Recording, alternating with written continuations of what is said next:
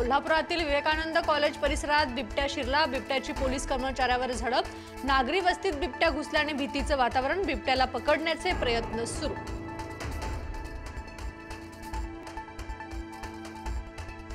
पंतप्रधान मोदींच्या अध्यक्षतेखाली उद्या दिल्लीत महत्त्वाची बैठक। या षडयंत्राचा सखोल तपास होणार। षडयंत्र रचणाऱ्यांना सोडणार नाही, मोदींचा इशारा। दिल्ली स्फोटाप्रकरणी अमित शहांच्या उपस्थितीत पार पडली गृह मंत्रालयाची बैठक। दिल्लीचे पोलीस आयुक्त, आयबी प्रमुख, एनआयए प्रमुख, गृह मंत्रालयाचे वरिष्ठ अधिकारी होते बैठकीसाठी उपस्थित।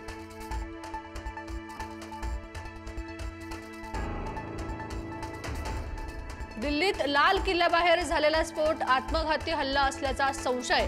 जैश-ए मोहम्मदच्या फरीदाबाद मॉडेलमधील दहशतवाद्यांचा सहभाग असल्याची शक्यता। मृतांची डीएनए टेस्ट होणार।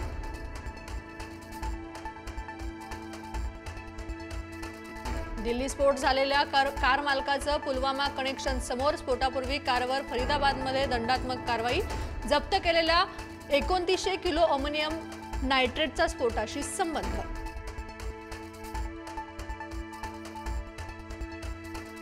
दिल्लीतील स्फोट झालेल्या कारचा स्फोटापूर्वी सीसीटीव्ही समोर। कारमध्ये फरीदाबाद मॉडेलचा प्रमुख सदस्य डॉक्टर उमर मोहम्मद असल्याची माहिती।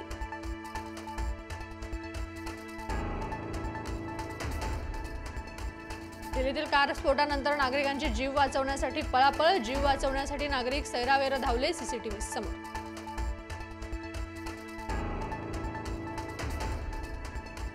दिल्ली कार स्फोट प्रकरणाच्या तपासाला वेग। एफएसएल, एनआयए, एनएसजीची टीमकडून घटनास्थळाची पाहणी। घटनास्थळावरून काही वस्तू जप्त। रॅपिड ॲक्शन फोर्स देखील घटनास्थळी दाखल।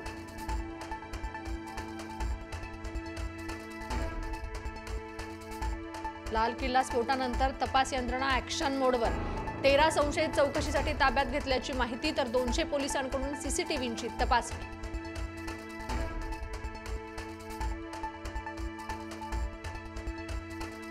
दिल्लीतील स्फोटानंतर मुंबईसह राज्यात हाय अलर्ट। मुंबई, पुणे, नागपुरातील महत्त्वाच्या ठिकाणी सुरक्षा वाढवली। श्वान पथकाच्या मदतीने वाहनांची तपासणी। धार्मिक स्थळांवरील बंदोबस्तात देखील वाढ। बिहारमध्ये दुसऱ्या टप्प्यासाठी मतदान सुरू। सकाळी 11 वाजेपर्यंत 31.38% मतदान। 122 मतदारसंघांमध्ये 1302 उमेदवारांचं भवितव्य ठरणार। 14 नोव्हेंबरला मतमोजणी।